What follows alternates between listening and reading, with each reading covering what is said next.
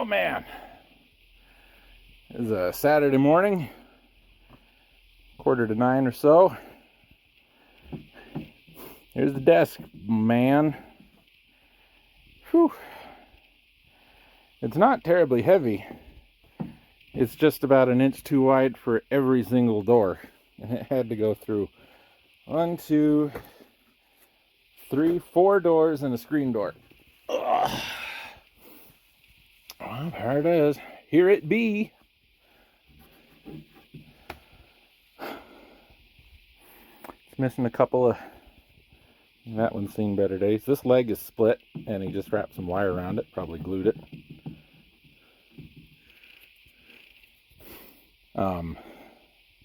No judgment, man. The guy built, like I said, the guy built this by hand for himself. Got some pins, just some dowels in there for drawer stops. It is missing. There's a mechanism that the top drawer had a key in it, and it's supposed to have a thing that runs the length of the drawer. So when you kind of flip the key, it moves this arm up and down, and that would move a piece back here that would go in and out and lock the drawers. A little different than how they do it with modern, which would have a key that would just lift the whole thing. It's a little different in this. It goes laterally instead of vertically. Oh man, it's seen better days.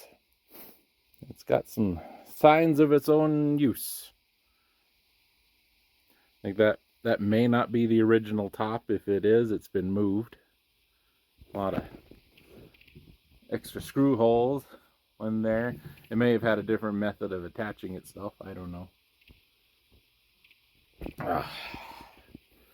So I know I've told the story that why they got rid of this desk, and I just want to take a moment.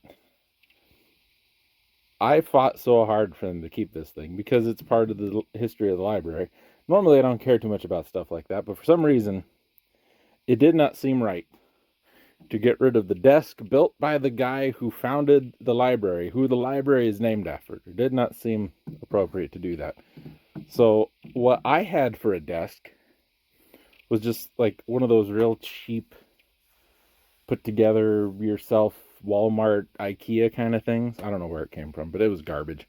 So I said, well, let me take his desk and I'll use it for my desk. And they said, no, we're getting rid of it, and that's all there is to it.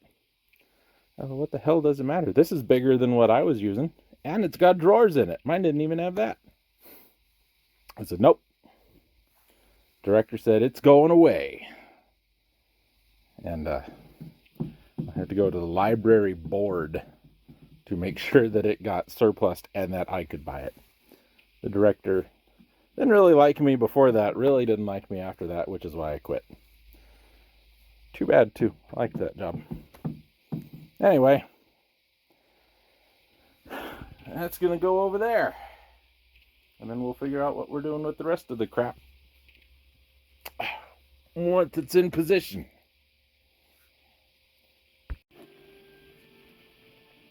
Well, everybody, it is Thursday, December 19th. 64 degrees in the GMD. About half that outside. It's cold. It's still unseasonably warm, but it is not warm outside. Been doing some little projects here and there. Mostly what I've been doing. Got my old amp, my smaller amp set up. It's great right there. I love it right there. It's going to stay right there. We're ripping CDs. I've been ripping CDs for a couple weeks now. That is the third milk carton full of CDs, and I've got another 3 more maybe. Just getting them all on the computer, man. You know what I'm saying? That's what you got to do sometimes. So while I'm doing that, I'm going to be doing some work in that garbage, watching some videos. We are currently ripping Bo Diddley, A Man Amongst Men. I have in this sit down, this session, got a couple of Ani DeFranco videos, Zygote from John Popper, the lead singer of Blues Traveler. This is a solo album. It's very good. And Lou Reed, Magic and Loss.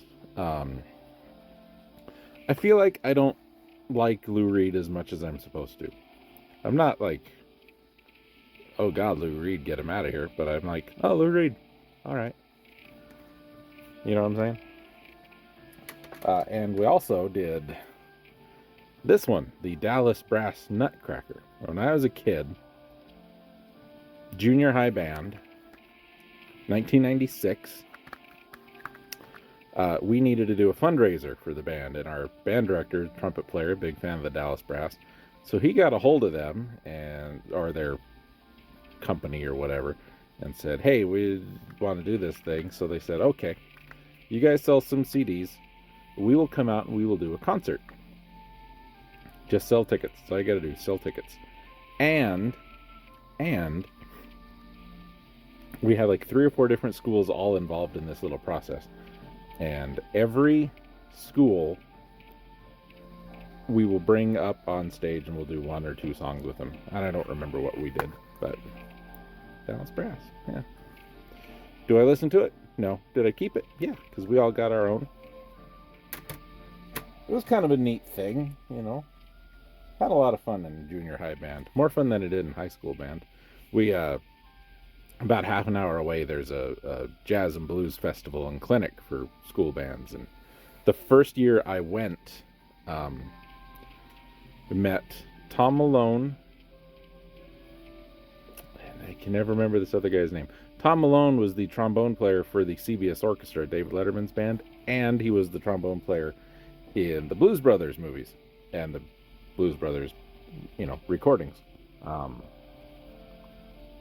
We got to meet him. He was super nice. They actually, for like the big end of event kind of concert that they put on, they did like a whole Blues Brothers thing. It was really cool. I had a great time. Then we went to another one up in Boise, the big city, and wasn't as good. The music was great, and the performers they got were great. But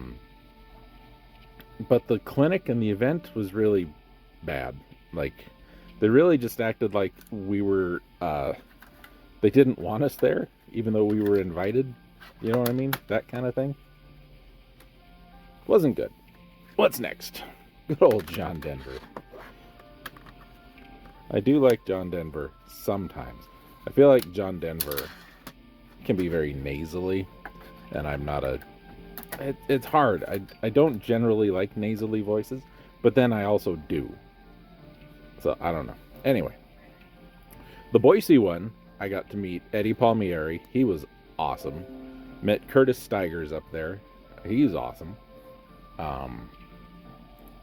Actually, I don't think they're in this bunch. I've got a bunch of Curtis Stigers albums. I think I met Crystal Gale there one year. It was phenomenal people.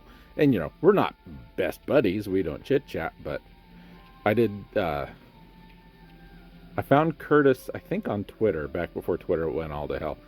And I think I mentioned to him, I met you 98, 99, 2000 sometimes at this jazz festival up in Boise at the college. And just wanted to say it was wonderful. Thank you. I really appreciate the little clinic you gave. And the performance was great. And he said, I remember doing those. Those were always a lot of fun. I don't do them anymore, but they were great. I wish they would, do them like they used to or something like that. A super nice guy.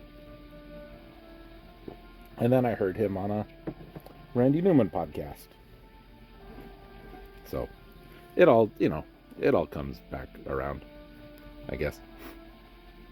Anyway, I have to do some grinding in this because the stupid end of game bosses are stupid. And so, while I don't do anything really important or impressive there, I can do these, and then I can watch some documentary type entertainment. And when I get bored of doing all that, I can just spin around, grab a guitar, hit the amp, spin back around, hit play on something, and go. And look, this is Windows Media Player. This is old ass Windows Media Player. This is still one of the finest music library pieces of software ever.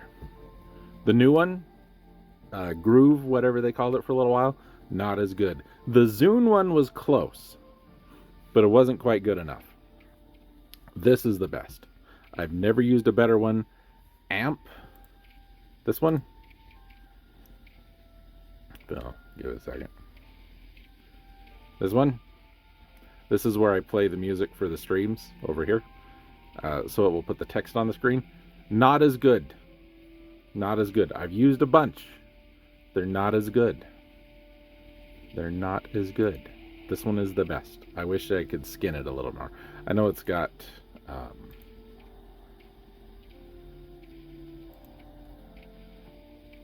it's got all these little things. These are terrible.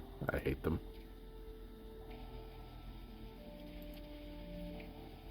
And that's all you get with the current iteration. Remember that one that was the guy's head? I always hated that one.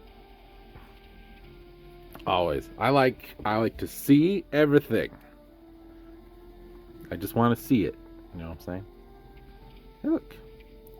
Paradise. That's a John Prine song. Anyway, that's all I got for you this week. I don't know when this video is going up. I think there's one or two in front of it. Ooh, Brett Denon. So I'm going to say Merry Christmas, Happy Holidays, etc., etc. Even though it's probably already long past. But, you know, I'm going to say it anyway. So, Merry Christmas, Happy Holidays, whatever, whatever. We got nothing new that's going to be going on out here for a little while. Next thing that's going to happen is finish these two walls. That is the one thing I don't like. Sometimes it plays automatically. Finish those, then we'll finish this wall, and then we'll do the ceiling. And then bathroom. Really need to start working on the bathroom because I got to get some shelves and the storage situation out there figured out. Oh, did I tell you guys what I did with these? I don't know if I did. And we used to have them sitting on that. There was a 2x4 that ran along the back wall there, and they sat on top of that.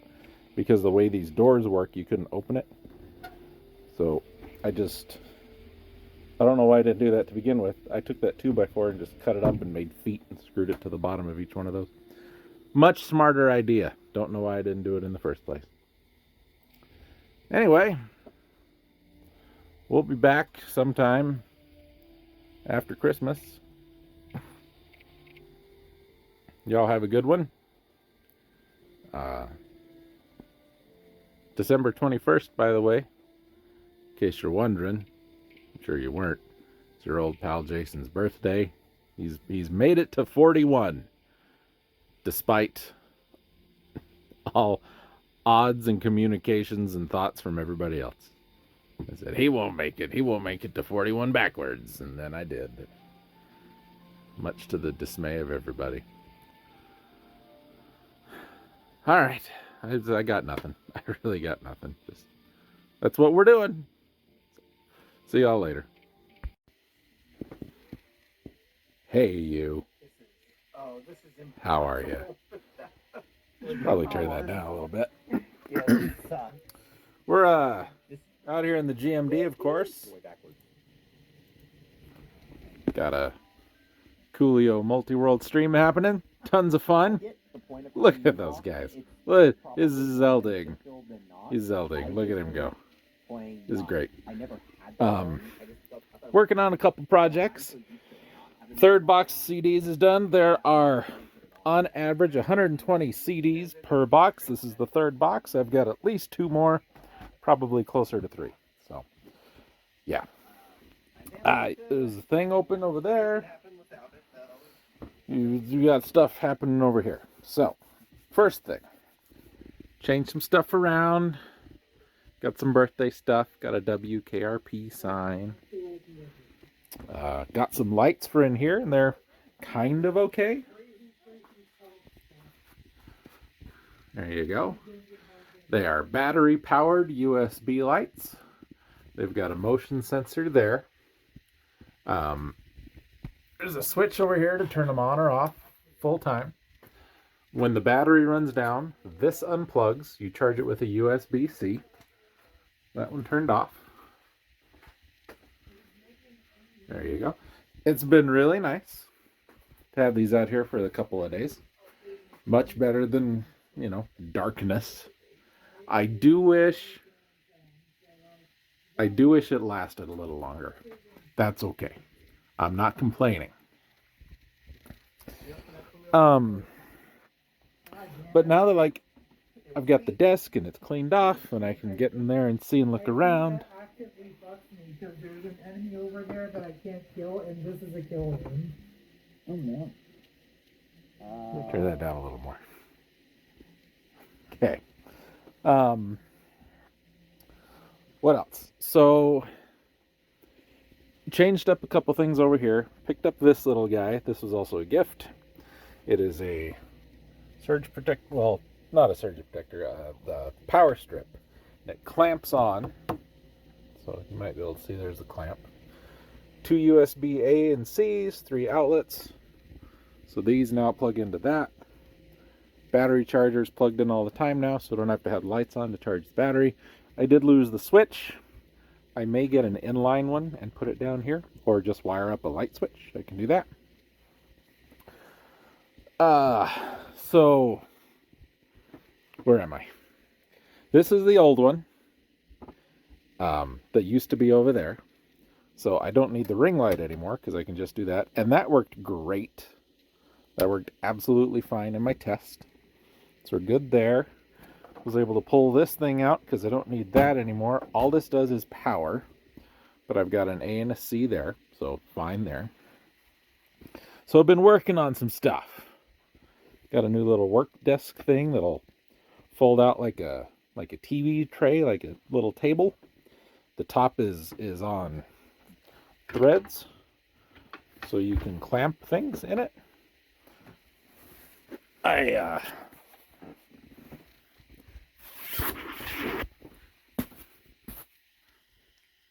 Turn on the light by waving your arm. It was really cold in here one day, so I bought some insulation for those.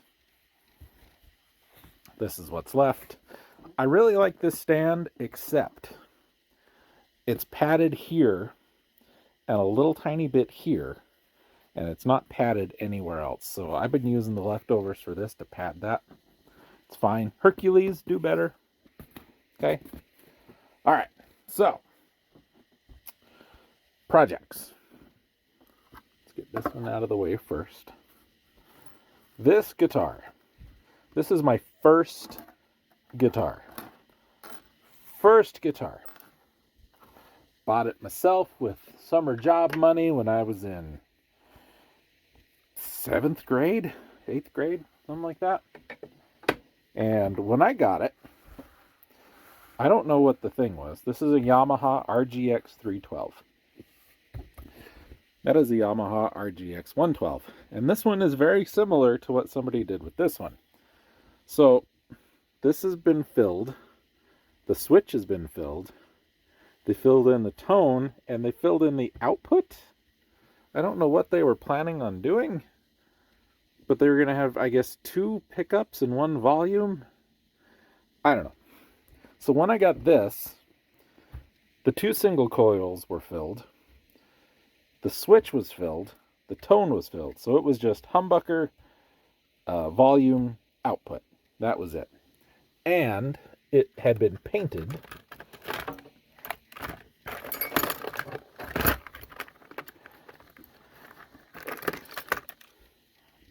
that color. This really metallic-y kind of green, and it almost had like this fish scale kind of thing going on. And since this is my first guitar, like, I want to paint it. I want to do something cool. So stripped all the paint off, and then I found this and this and this and this. What the hell, man? So stripped it down and painted it. Had to patch all this in, so that's Bondo. Because this was all broken. And it sat for a real long time, and eventually something got on the paint there and ate through it. And as I was moving some stuff when I was a kid, Somebody knocked the neck off the workbench and broke the headstock. So that really sucked. But I got all the parts. I have one of the pickups. I have another pickup, and then one of them was broken. When I got it back out of storage, the leads came off, and I would have had to unwind the thing, and I'm not doing that. So I've been looking for a new neck. Now I have some necks here. This is for a Pacifica, which is, you can't see it, but it's the red one you've seen before. This is for an RGX. This is for a 112. This is the one that's hanging up on the wall, the black one. We'll look at that in a minute. And I bought it because these should have the same neck. Right? And it's a little tight because this is a little overpainted. So I'm going to strip that and put it in here. And then I can put this back together. It'll be great. This other neck, this more rounded one down here, I bought that because it said it was for a 312. Now the 312 had a neck look just like this. Headstock, everything. Locking, tuning machines, the works. This does not. And I can't find a body for a 121S. But that's what this is supposed to be for, a 121S. Now this one I ordered because it was going to go on that purple one, but it won't fit. This is okay. And I do kind of like this headstock, but it's not the right height. I don't remember if it was too tall or too short, but it's one of the two. I don't remember. And I don't know why there's a through hole there, because even the original neck had the truss rod at the headstock, so I don't know. But I would like to make that work. So I don't know. Because if we look at it from the side, see that line where the wood's a little lighter? I would have to take that heel down 1/4 of an inch. And I don't want to do that. So I don't know what I'm going to do with this. Maybe I'll look around and see if I can find a 121. I don't know. Anyway, it was, had to move stuff. So, this I'm going to strip down again. I'm going to repaint it. I want this really cool, like, plum color. I thought it was really neat. I'd never seen a guitar that color, so that's why I was painting it that color. But I think I'm going to change it. In the meantime, this one, and I would take it down and show it to you, but I'd have to pull it off the wall. They filled in this with Bondo. They filled in both of those with Bondo and these with Bondo. This is all easy. This would be a pain in the butt. It's got a traditional Strat style bridge, which I prefer. This one has Yamaha's version of a floating bridge, which is this big, hefty piece of real estate. Weighs a ton, which is nice because you want a lot of weight down there. But I don't like a floating bridge. I never use a tremolo, so that doesn't really help me much. What I would normally do is I'd wedge in some wood down there and keep it fixed. That's what I've done with all the others. So, I don't know. But I've got the neck for this. I've got all the parts for this. Obviously, somebody has been working on it. It wasn't me. I don't know if it was red and they wanted to go black, or if it was black with red primer under it. I can't really tell. I think it was red and they put black on top of it. I don't know. But I noticed this is broken. And that I could fix. I could pull that and re-glue it. Because this is not really structural. That neck is going to sit right in that pocket, but it attaches from the back. So it doesn't matter much, but the problem is I can't get it out. And I don't want to break it trying to get it out, so I don't know. I don't know what's going to come from that. I don't have this bridge. So, I don't know. I would love a Strat with a fixed bridge. Not like a Les Paul bridge, because I don't like the two-piece thing. but like a fixed through body one piece. Kind of like a base bridge almost. Something like that. I would love something like that on a strap. So, I don't know. We'll see. It's another project for another day. Same with this thing. But I've got another project here I'm working on. And that's this guy. And I pulled this apart just a little while ago. Here's the front. Here's the box. This is a realistic high-power speaker control center. And on the front it's got switches. Like those. And on the back it's got all these. Now what happens is you come in one side, left or right. These are ins, these are outs. So take a look at the plate here. It's not painted, but you should be able to see it. Okay. So left input is here. These are your left outs. Right input, right outs. So you've got one in, one out, or one in, 4 outs. What this does is say you've got 4 sets of speakers, A, B, C, and D, and you want to send your signal to B and D, you flip those two. B and D are on, A and C are off. All 4 are on, only A is on. And the reason I'm working on this is because I kind of want to come out of the computer and I want to be able to send that signal to those speakers, but also these speakers, but not run all 4 of them at the same time if I don't have to. So that leaves me a couple options. Modern headphone wire sucks. Okay, here's some that I've taken apart already. This stuff sucks. It's super thin. It's super annoying to work with because it is so thin. And if you get it, if it's like really cheap, it's not even copper, it's aluminum, and that is a hell of a lot more obnoxious to work with. So I've ordered some RCA panel mounts. And I'm going to replace these with those.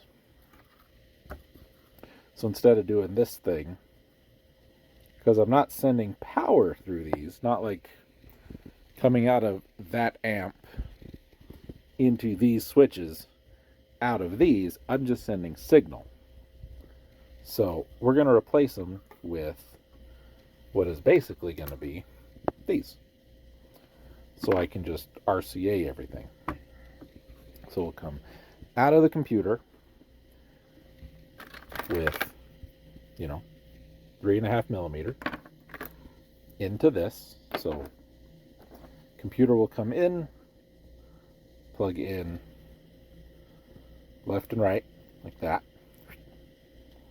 And then out, I'll still have left, right, left, right, left, right. That's going to be a bit of a pain to do. I wish they would have done in over here and then like A, B, C, D over here. I know why they did it. Looking at the design here made a little more sense because here's your ins and then they just jump out. Like this one jumps over here, picks up this one, comes up here, where it's going to pick up, I think, to this one. I haven't done a lot of take a picture of this side, take a picture of this side, and then side by side them and trace everything. Basically, because these are not stereo, these are mono. And what I mean by that is this little single plug here is stereo. Tip, ring, sleeve, TRS. Tip is left, ring, that middle section is right, sleeve is the bottom, that's your ground. This don't have that. This is tip, sleeve. So there's only 2 wires here, 2 wires here. There's 3 here. So we have to finagle things a little different. So I could, honestly, just bypass this whole board, take my input, I'd have to come in and split it, run it to each one of these switches, and then the switch goes back, which is why it's done the way it's done. In comes in, goes forward 4 ways, hits each switch, and then comes back. And a lot of this up here is just jumping, like we said. Here's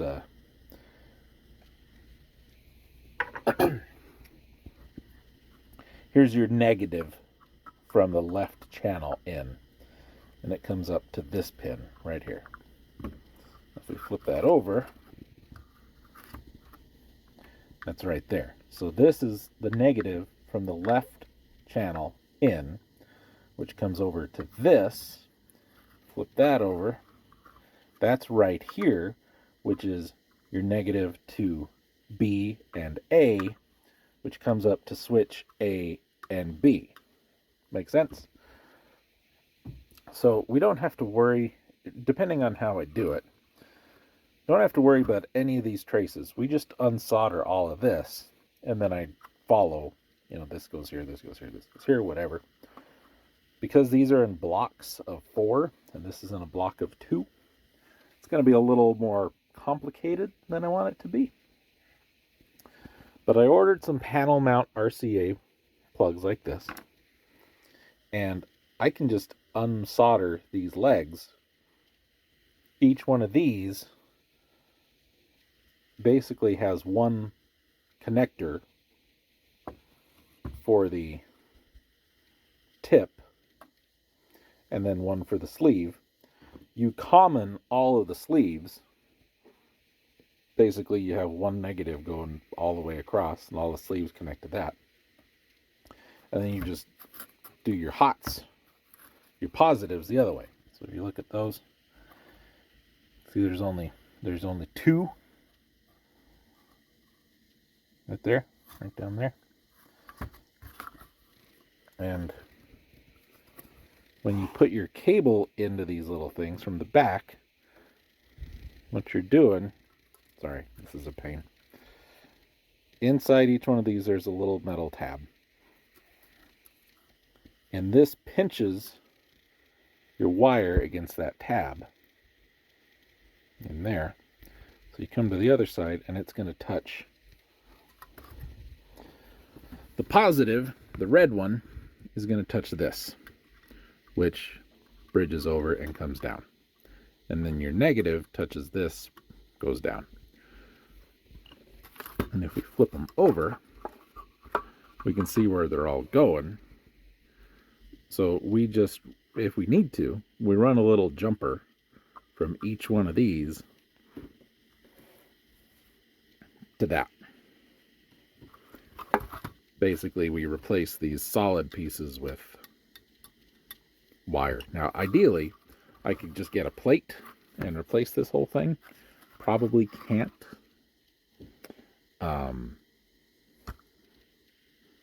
Because it's kind of a specific thing, but it is a realistic, which Tandy made them, Tandy, the Radio Shack computer people. So a lot of their parts are really, I don't want to say they're like budget parts. They kind of are. Realistic wasn't like a big, fancy, expensive stereo line, but everything in here could have been bought at Radio Shack at one point or another. So anything Realistic had that had this kind of setup, use these same exact parts for the most part. Some of them are a little different, but for the most part, they were all the same. This is also how it went together. It just, that, and then that plate screwed on the back and held everything together. Real simple, real basic, real easy. It's a marvel of engineering because it is so simple, and we're going to make it complicated. So when we get the new parts, we'll work on that. I will strip the paint off of this. Probably not for a while, though. There is a citric acid based paint stripper that's kind of an orangey pinky kind of color. I've used it before. It works really good. It takes a little longer than most others, but you can use it inside because it's not caustic. You know what I mean? So we'll get some of that and work on this a little bit someday. And then we'll get some parts and work on that. I paid $3.59 for that. Didn't think I was going to have a use for it, but now I do. So, oh, and another gift I got is this. I watch a guy online who does bushcraft kind of stuff, and I think it's damned interesting. And he makes his own like cups and spoons and all of that. And I've wanted to do it for a little while, so that's what this is for. I basically have a version of all of this except this one, this little spoon here, this little spoon knife. I forget what it's called exactly, but yeah, made in Ukraine. Wow, supporting the war effort, are we? Yeah, so when I get around to doing that, maybe we'll have some videos about that. I don't know. Anyway, here's all the guitar parts. Here's the screws that go for this thing. My idea was, I've got, like, the red guitar needed a little work. I wanted to work on this guitar. My green one, it's like a seafoam green kind of color. It needs some work. So I'm like, I've got the room, I've got the space. I threw this down. It's just one of the leftovers for the wall. So I don't rough the guitar up. Not too worried about this, because this is going to get refinished eventually. But, you know, we got it. Workbench, everything's here. So let's start working on stuff. And that's as far as I got. And I've been stymied, because I was going to put it all together and wire it up and get it playing again, but I had a neck to deal with. And I don't want to like have one half started, you know, and then have to go and put it away and do another one and then come back to it. So anyway, that's what I can tell you. Desk is a bit of a mess. Working on that. Working on it. Need to take these inside and swap them for another one. And then tomorrow I'll come out and do some more. That's what I'm going to do. So thank y'all for joining me. We'll do some more work as things progress.